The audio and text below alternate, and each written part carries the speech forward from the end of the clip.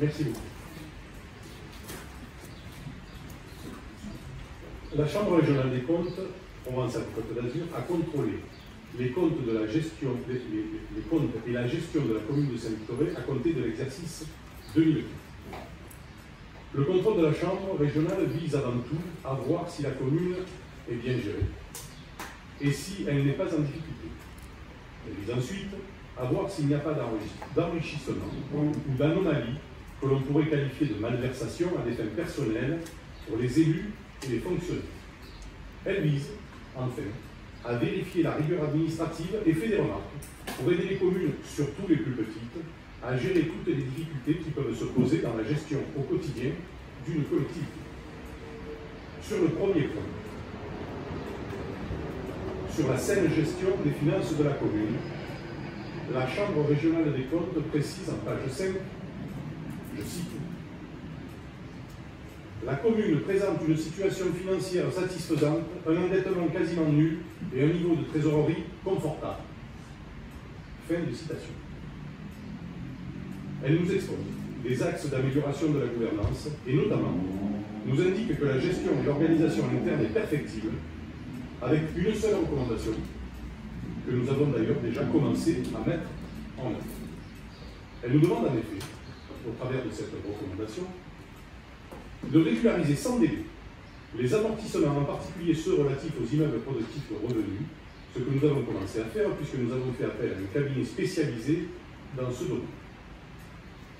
Nous avons toujours cherché à bien gérer notre commune lorsque, d'ailleurs, Paul Pisserio a été élu pour la première fois, notre commune était surendettée et en difficulté. Désormais, c'est une commune non endettée, une commune équipée et une commune où il fait bon vivre. Nous avons cherché à le faire dans la plus parfaite honnêteté, ce qui a été également constaté par la Chambre régionale des comptes, qui n'aurait pas manqué, s'il y avait eu un quelconque enrichissement anormal d'un élu ou d'un fonctionnaire, de le relever. Il est simplement précisé, à la fin de ce rapport, un défaut de rigueur administrative, aujourd'hui en grande partie corrigé. Nous avons profité de ce contrôle et de l'aide précieuse de la Chambre régionale des comptes pour parfaire notre gestion administrative qui était perfectible dans une démarche d'amélioration continue. Nous l'avons commencé, comme l'a constaté d'ailleurs dans son rapport la Chambre régionale des comptes depuis au moins un an. Dans les chapitres du rapport, notamment sur le rapport d'orientation budgétaire, qui était perfectible et pour lequel nous n'avons eu aucune remarque de la préfecture exceptionnelle, alors que la Chambre régionale des comptes était dans nos murs. On sait bien que s'il y avait eu le moindre problème, la préfecture ne s'en serait pas privée. Dans le domaine des prévisions qui sont désormais plus fiables grâce à un nouveau calendrier budgétaire, parce que je vous rappelle que nous votons le budget suivant un calendrier désormais qui a été modifié sur les conseils de la Chambre régionale des comptes, et nous avons un débat régulier en matière de politique immobilière, puisque la Chambre régionale a noté la volonté de la commune de programmer un débat régulier avec le conseil municipal et l'élaboration d'un schéma directeur immobilier ainsi que l'amélioration de la motivation administrative de nos délibérations. Nous nous engageons à pérenniser cette démarche. Sur la situation financière, la Chambre régionale des comptes a noté en page 17, je cite, il en ressort une situation financière confortable et actuellement maîtrisée, malgré une forte baisse des recettes institutionnelles et un dynamisme des charges à caractère général.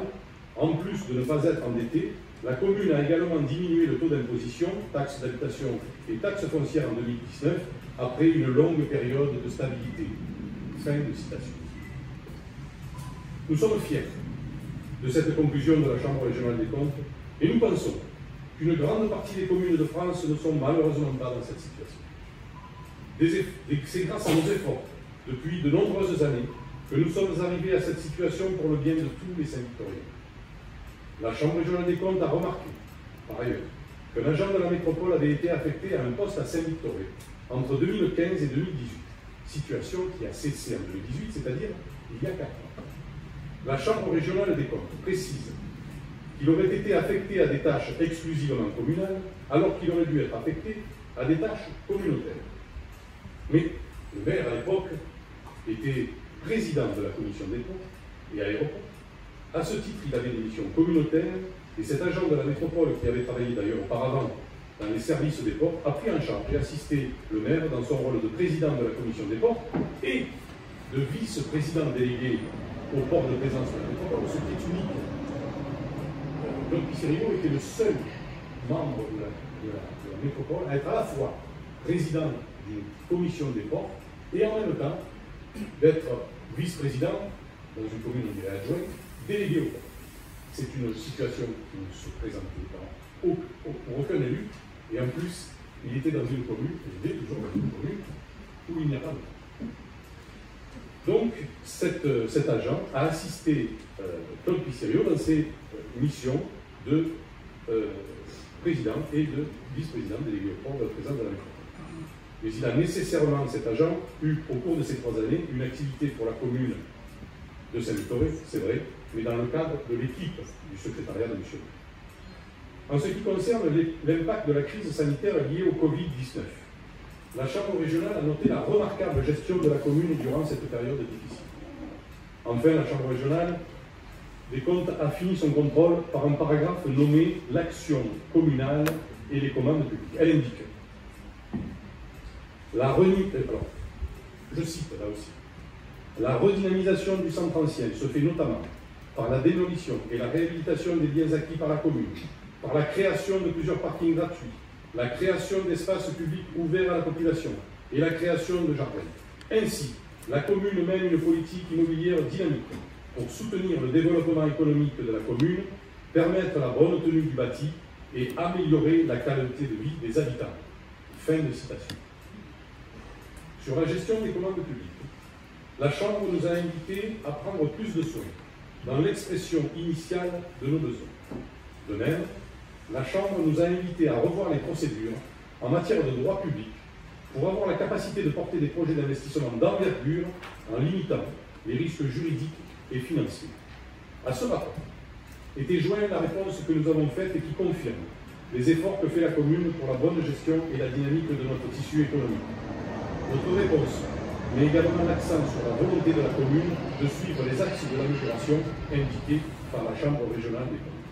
Voilà, mes chers collègues, l'essentiel du rapport de la Chambre régionale des comptes, que je vous encourage, si vous ne l'avez pas déjà fait, à lire dans le détail. Il reste que M. le maire s'est attaché bien souvent plus au fond qu'à la forme. Il a géré la commune pour le bien de tous et dans l'intérêt de la collectivité. Face à la Chambre régionale des comptes et à son unique recommandation, la commune continuera à améliorer ses procédures. Les autres remarques sont des axes d'amélioration souhaités par la Chambre et qui ont déjà commencé à être mis en œuvre. Il n'a été relevé aucun dysfonctionnement qui porterait atteinte aux intérêts communs.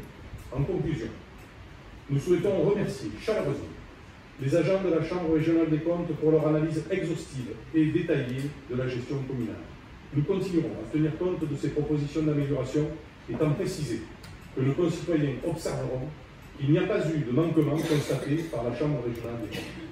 Notre bonne gestion aura permis, même avec une baisse des dotations de l'État, de diminuer encore les taux d'imposition en 2019, après une longue période de stabilité, alors que trop de communes sont malheureusement dans une situation critique à cause de dépenses de fonctionnement non maîtrisées et d'une baisse inexorable des recettes. Nous retiendrons enfin que la Chambre régionale des comptes confirme le niveau très confortable de la trésorerie qui ne fait apparaître aucune tension à court terme et souligne une situation financière, je cite, confortable et maîtrisée pour la commune de Saint-Victor. Merci de votre attention.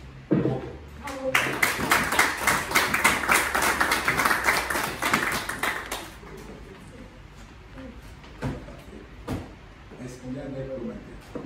Oui.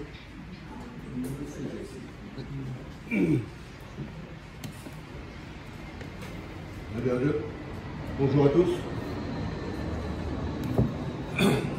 Bon, effectivement, vous avez la lecture de ce document qui vous arrange, hein, que je trouve un peu hallucinante parce que même avec un regard très neutre, quand on lit le détail, Monsieur Léotard, on ne peut pas être d'accord avec vous. Ce n'est certainement pas un rapport très flatteur, comme vous osez le dire. Alors tout d'abord, à titre informatif, c'est mon courrier qui a été co-signé par tous les conseillers du groupe d'opposition, là, en avril 2019, vous voyez, qui a incontestablement déclenché cette inspection débutée en janvier 2020. Il y en a pour 4 pages, avec un certain nombre de choses qui avaient été remarquées. Je le tiens à votre disposition, si vous voulez. Et nous avions formulé donc un certain nombre d'anomalies ou d'infractions présumées, et nous sommes évidemment très satisfaits de l'intérêt qu'ils ont porté à nos analyses, puisque grosso modo, ils reprennent beaucoup de choses dans le rapport que nous avions noté. À la lecture de ce rapport, nous pouvons constater que la Chambre a clairement investigué donc sur les pistes et les manquements ou infractions que nous considérions plus ou moins avérés. Et là, ce n'est plus l'opposition qui le clame, il suffit de lire le rapport, mais bien cette institution indépendante qui dresse un bilan réellement peu flatteur. Et vous en avez d'ailleurs un résumé, vous n'avez pas lu dans la première page. Je trouve que le résumé est édifiant, il synthétise tout ce qui est ensuite expliqué dans le rapport. En fait, que dit cette synthèse? Tout part d'un constat effectivement surprenant. Une commune banale, sans richesse particulière, mais qui bénéficie d'une situation financière confortable, c'est un fait, avec des investissements pléthoriques, c'est vrai aussi, sans endettement, c'est vrai, et qui se permet même le luxe de baisser le taux d'imposition communale alors que les dotations de l'État sont à la baisse. Le secret de cette réussite, que je qualifierais de fausse réussite, car il n'y a pas de miracle, il ne peut pas y avoir de miracle comme ça, c'est pas possible. Eh bien, c'est la succession d'infractions et d'anomalies qui sont parfaitement décrites tout au long de ce rapport. Ça explique quoi? Ça explique qu'une commune qui joue le jeu des règles et des bons usages ne peut pas atteindre, sans endettement et sans déséquilibre financier préjudiciable, le résultat que vous affichez, le résultat de Saint-Victor. C'est impossible. C'est le cas de nos voisins, de certains de nos voisins. Certes endettés, investissant peu, mais respectueux des lois et des propriétaires. Moi, j'ai noté un certain nombre de reproches. Dans l'exercice comptable, il suffit simplement de lire, il y a un certain nombre de qualificatifs. Discordance, insuffisance, défaut, erreur, non-respect, manque de rigueur. Les qualificatifs ne manquent pas pour désigner votre comptabilité, pour le moins hasardeuse, c'est ce qui est dit, qui vous vaut une recommandation à régulariser sans délai, comme vous l'avez noté. Et notamment, vous ne l'avez pas cité, l'inventaire immobilier qui ne permet pas d'avoir une connaissance exhaustive du patrimoine, qui dépasse pourtant les 2 millions d'euros avec 51 biens immobiliers et rapporte plus de 300 000 euros par an en location exclusivement privative. Une véritable agence immobilière en quelque sorte. Ensuite, il est noté le défaut d'information au conseil municipal. Que nous avons reconnu. Que vous avez reconnu, c'est très bien. En clair, une gouvernance autocratique, si je traduis, les rapports d'orientation budgétaire imprécis, que le sous-préfet avait demandé 2 fois de préciser un peu plus. La Chambre réclame un débat régulier en conseil, notamment en matière immobilière, ce qui est repris au chapitre suivant. Et c'est exactement ce manque de transparence que l'on dénonce depuis des années, et notamment depuis que je siège ici devant vous. Vous avez annoncé à la Chambre faire un effort d'information. Mais dans le même temps, Monsieur Léotard, alors qu'elle vous imposait de nombreuses régularisations tout au long de ces 2 dernières années, vous m'avez régulièrement menti en conseil municipal quand je vous ai demandé si c'était le résultat de l'inspection. Vous avez refusé de l'avouer. La preuve est bien dans ce rapport. À chaque fois, je vous l'ai demandé. Il y avait le sujet des véhicules de service. Il y avait toutes les adaptations au niveau des ressources humaines. Je vous ai posé la question. Vous m'avez dit non, ça n'a rien à voir. La réalité, c'est que vous avez du mal à reconnaître vos torts parce que vous seriez allé un peu plus loin dans votre analyse, si c'était le cas, et de faire amende honorable. Le déni de réalité, moi, je le constate, il est permanent. Vous êtes toujours les meilleurs, c'est votre conclusion, sur un rapport qui est quand même globalement négatif. La politique immobilière est pointée du doigt, et ça correspond à ce que je vous dis assez régulièrement. Une politique foncière qui est menée en dépit des règlements et occultée aux conseillers. Entre 2015 et 2020, 24 acquisitions pour près de 4 millions d'euros et 22 cessions pour 5,7 millions, presque 6 millions d'euros qui sont issus des cessions immobilières. Une somme considérable, supérieure au budget de fonctionnement annuel d'une commune. Si la Chambre le note, c'est pas pour rien, même si effectivement il y a un commentaire assez institutionnel dans la forme, il le précise. Le rapport révèle que vous faites en dehors du cadre légal, et ce que vous faites en dehors du cadre légal est caché au conseil municipal à tous les conseillers. Je cite le rapport. Ces délibérations immobilières représentent entre 18 et 30% des délibérations annuelles. Et vous limitez le débat uniquement sur les approbations. Ça vous est clairement reproché et systématiquement reproché. La motivation claire d'un projet d'achat n'est pas toujours portée à la connaissance du conseil municipal. De même, les préemptions, et c'est un sujet sensible, vous le savez, qui est très important, elles ne font pas référence à un projet clairement défini. C'est noté noir sur blanc dans ce rapport.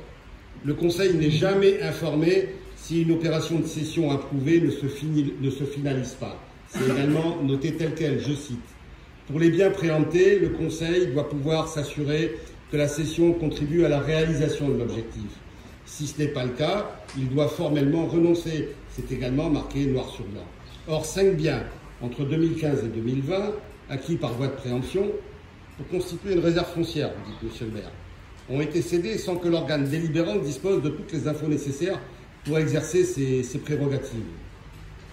Alors la réserve foncière, ce n'est pas exactement ce que vous dites et ça n'a pas le but que vous exposez. Hein, on ne peut pas faire de la réserve foncière lorsqu'on présente un pavillon et que l'on revend avec bénéfice quelques années plus tard. C'est pas ça la réserve foncière. Et quand la Cour des comptes parle de réserve foncière, elle vous cite. Le rapport révèle clairement que ces préemptions sans objet d'utilité publique ou avec des projets qui n'aboutissent pas sont hors cadre et donc potentiellement délictueuses. Mais vous n'hésitez pas à le faire. Sauf délit de concussion, bien sûr, une collectivité locale ne peut pas faire de bénéfices avec l'argent public, ne peut pas faire commerce, et c'est clairement mis en cause. Et c'est le cas de ce que vous appelez les réserves foncières. Une réserve foncière, celle que vous évoquez, est normalement indissociable de ce que l'on appelle une DUP, déclaration d'utilité publique, qui est de la compétence préfectorale pour des projets d'ensemble de grande envergure, et non pour faire de la spéculation, ce que vous faites avec les cessions. Le terrain poulet, vous n'en avez pas parlé, il est pointé du doigt. Et il avait fait l'objet d'un débat ici, rappelez-vous, Oui, c'est vrai. assez houleux. Eh bien, une vente hors norme, une acquisition immobilière motivée par la lutte contre l'insalubrité, mais revendue malgré un gros bénéfice sans évaluation du coût de dépollution ni vérification après attribution d'un permis de construire. C'est clairement noté. Alors qu'il représente, je cite, un grave danger pour la sécurité publique. Donc c'est une méthode un peu étrange de lutte contre l'insalubrité. La Chambre ne s'y est pas trompée et elle écrit « La motivation de diminuer le prix de 37% par rapport à sa valeur vénale s'avère insuffisante. » Fin de citation. C'est un dossier que je trouve assez grave et qui pourrait être pénalement qualifié. Hein. C'est pas l'avis de la CS. Bon, il ne le marque pas clairement, mais c'est si on lit entre Ce n'est pas les l'avis lignes. de la CS. Écoutez, on verra la suite. Et l'activité commerciale qui est manifestement exercée aujourd'hui est faite sur un terrain qui n'a pas été dépollué. Voilà. La gestion des personnels. Alors là, monsieur Léotard, c'est quand même la farandole dans ce rapport. Hein. La Chambre a relevé les effectifs qui ont diminué, passant de 89 en 2015 à 65 en 2019. Hein. C'est-à-dire pratiquement 30% de réduction des emplois à temps plein. Effectivement, il y a beaucoup d'explications maintenant sur la situation financière confortable. Hein. Quand on rogne comme ça, à ce point-là sur les ressources, c'est pas étonnant. Pour contenir les charges de personnel, alors qu'est-ce que vous avez fait?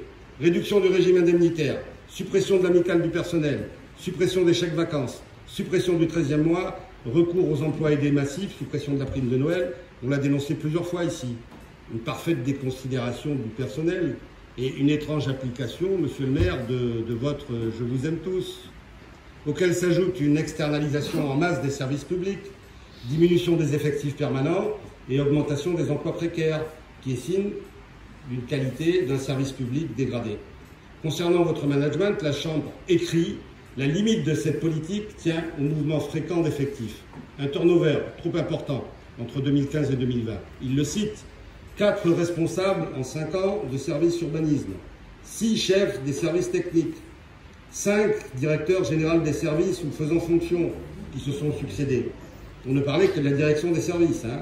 Il est écrit que cela a comme conséquence directe, je cite, une incapacité fonctionnelle à piloter et suivre les politiques structurantes de la commune. On ne peut pas dire que tout va bien, monsieur Léotard, c'est pas possible. C'est donc bien l'ensemble des services mairies qui souffrent du management actuel jusqu'à ne plus être fonctionnels, ce que dit noir sur blanc la Cour des comptes. Manque de rigueur dans la gestion des contractuels, c'est clairement précisé, sur leur fondement et sur les procédures de recrutement. Absence de déclaration et 14 dépassements de période maximale réglementaire. C'est hors la loi. Insertion des emplois aidés à renforcer. Alors là, les emplois aidés dont le but est effectivement l'insertion et la lutte contre le chômage. Il est noté, accompagnement est insuffisant par rapport aux obligations réglementaires. Sur 135 personnes recrutées sur un emploi aidé, une seule a bénéficié d'une titularisation. Là encore, bon, passons les commentaires. 2 agents ont bénéficié de contrats multiples pour une même période. C'est hors la loi. Régularisation tardive du DGS, c'est pointé du doigt. Et une délibération qui indique de façon erronée une possibilité qui n'est pas ouverte aux communes de moins de 40 000 habitants. Page 15, c'est noté. C'est hors la loi également. Fonctionnement illégal du cabinet du maire qui est noté. Ils ont constaté que votre directrice de cabinet, elle est partie depuis, dirigeait des services et d'une main très ferme selon les Échos. Or, le rapport rappelle qu'un collaborateur de cabinet ne peut se voir confier les missions relevant d'un DGS ni avoir sous son autorité hiérarchique du personnel communal. Là aussi, vous êtes hors cadre légal. Elle est partie. Et avec une bonne indemnité d'ailleurs. Absence de convention du personnel mise à dispo du CCAS, passe 15 aussi. C'est hors la loi. Le régime indemnitaire est incorrect. 16 attributions de NBI inférieures au montant défini ou attributions avant la création de poste. C'est hors la loi. Bon, je ne reviens pas sur la situation particulière d'un agent de la métropole. Il est clair aussi, la Chambre le note, qu'il n'était pas utilisé à des fins initiales. S'ils l'ont noté, c'est que c'était sans doute vrai. Et puis d'ailleurs, il a rejoint la métropole ensuite. Le budget. Alors, comme je le dénonce depuis des années, la CRC le précise bien, les charges de gestion augmentent. Et elles dépassent la moyenne des charges de fonctionnement des communes de la même strate. 500 000 € d'augmentation de charges en 5 ans, plus 22%. C'est clairement noté. Alors certes, vous pouvez vanter la situation actuelle, mais le mur est devant nous, c'est sûr. C'est exactement le reproche que je vous ai fait lors du dernier débat budgétaire. Les constructions, votre politique d'investissement, induisent des charges de plus en plus fortes qu'à terme, votre budget de fonctionnement ne pourra pas supporter. C'est sûr et certain. Jusqu'où irez-vous? L'exemple de l'Odéon est caractéristique. Il est écrit « Inauguration de l'Odéon en 2018 a entraîné une hausse des frais dans les journaux de plus de 270 000 € entre 2018 et 2019. 270 000 €. Alors pour 10 soirées ringardes par an, c'est un peu cher. La gestion du musée. C'est pas dans le rapport. C'est pas dans le rapport. Mais le constat de la CRC a provoqué plusieurs régularisations dans la convention de service public. La convention de service public vous a été imposée, M. Léotard, vous a été imposée par la Cour des comptes. Parce que le régime qui était appliqué par l'association ne donnait pas satisfaction. Et du reste, la Cour note que la situation n'est toujours pas satisfaisante. Elle le note à la fin. Elle dit, si, relisez le rapport. Bon, je vais terminer parce que je suis un peu long. La commande publique. La commande publique. Alors là, la commande publique, là, c'est un peu le tampon, c'est surréaliste. Monsieur le maire, vous diriez la cerise sur le gâteau. Le délit de favoritisme, je suis désolé, il transpire à toutes les lignes, monsieur Léotard, il faut le reconnaître. Des carences, des imprécisions, du manque de rigueur dans l'expression des besoins et l'exécution des marchés de prestations. C'est marqué noir sur blanc. Ce ne sont pas des termes qui sont neutres, ce ne sont pas des termes qui engagent à être félicités. Des commandes sont passées régulièrement hors marché dans 5 opérations entre 2015 et 2020, le gymnase Hidalgo, le dojo, le club bouliste, le centre technique, les gradins de l'Odéon. Il ressort des ambiguïtés dans l'intervention du prestataire, alternativement maître d'œuvre et assistant à maîtrise d'ouvrage, ce que la réglementation interdit, c'est hors la loi. Précisément, sur la construction de la salle Odéon, est écrit page 26. La Chambre relève plusieurs carences au titre de la commande. Une divergence dans les critères de sélection des offres et le règlement du concours. Les modifications sur le programme des gradins pour 140 000 € supplémentaires ont fait l'objet d'un simple bon de commande au lieu d'un avenant. Les fauteuils de 180 € l'unité alors que l'avenant initial était de 225, c'est noté. Et le pompon, l'entreprise choisie était membre du groupement en charge de la maîtrise d'œuvre. C'est noté noir sur blanc. Le prestataire agit à la fois comme assistant à la maîtrise d'ouvrage et maître d'œuvre. Tiens, ça me rappelle quelque chose il n'y a pas longtemps. Or, ces deux missions sont incompatibles. C'est précisément la définition du délit de favoritisme. Alors, évidemment, ils ont un langage très institutionnel, ils ne vous le disent pas comme ça. Mais ils le disent. Il vous est précisé, cette confusion est source de risques juridiques. Mais ça, dans le même temps, ça ne vous a pas empêché de continuer sur le dossier Carbonel, puisque les investigations s'arrêtaient en 2019. Donc, en même temps, vous avez continué à faire exactement pareil avec Carbonel, sauf que là, si vous voulez, votre adjoint aux travaux n'a pas apprécié. La Chambre conclut ce festival par « La commune doit revoir ses procédures en matière de commande publique en limitant les risques juridiques et financiers ». C'est tout dire, un message clair. Et encore, ils n'ont pas eu le temps de contrôler, comme je viens de vous le dire, l'attribution des marchés sur les pommes Carbonel. Pour les risques juridiques, monsieur Léotard et monsieur le maire, c'est trop tard. C'est trop tard. Car une enquête de police est en cours suite aux révélations faites par votre adjoint aux travaux au conseil municipal de décembre. Ça a été relayé dans la presse. Vous savez, c'est un peu comme vous dites, c'est comme dans l'aéronautique. Hein. Quand on prend des risques, il arrive qu'on se crache. En conclusion, monsieur le maire, votre gestion est loin, mais alors très loin, malgré vos applaudissements ici, c'est hallucinant, d'un 20 sur 20, comme vous l'aviez outrageusement affiché sur votre acte et local de campagne il y a 2 ans. Je ne peux pas vous mettre 20 sur 20, même pas la moyenne, certainement pas. Je garde en mémoire, monsieur Léotard, les propos scandaleux qui affirmait lors d'un récent conseil municipal, je vous cite, que vous avez pris le pouvoir en 1995 sur les lieux du crime. Hein, c'est exactement ce que vous avez dit. Mais voilà, monsieur Léotard, vous voyez, la seule scène de crime qui existe dans la gestion communale, elle est exposée tout au long de ces 42 pages de ce rapport. Lisez-le bien. C'est bien votre œuvre et non celle de votre prédécesseur. La suite de l'histoire nous éclairera sur les mesures judiciaires qui auraient pu prendre la CRC. Quand elles le font, elles ne le disent pas. C'est pas marqué. Ce n'est jamais explicite dans le rapport. Mais vous le savez comme moi, d'ores et déjà, le parquet s'intéresse à vos méthodes concernant la commande publique de Carbonel qui a été dénoncée par votre adjoint aux travaux. Ce secret ne pourra être gardé indéfiniment. Donc, à la lumière de ce rapport, j'en appelle solennellement à la démission des conseillers municipaux de la majorité ici présente. Je vous invite à prendre la mesure de la gravité des faits qui sont exposés et à prendre en conscience les bonnes décisions pour l'avenir de Saint-Victor. Merci de m'avoir. Et je termine aussi sur la crise Covid dont vous avez été félicité. Vous avez réalisé une économie de 700 000 € à cause du gel de toutes les activités et des charges. Vous avez réinvesti combien? 70 000 à peu près, hein? Pas plus. Je pense que le reliquat vous a sans doute aidé à bien financer l'extension du musée. Merci, les œuvres sociales. J'en ai terminé.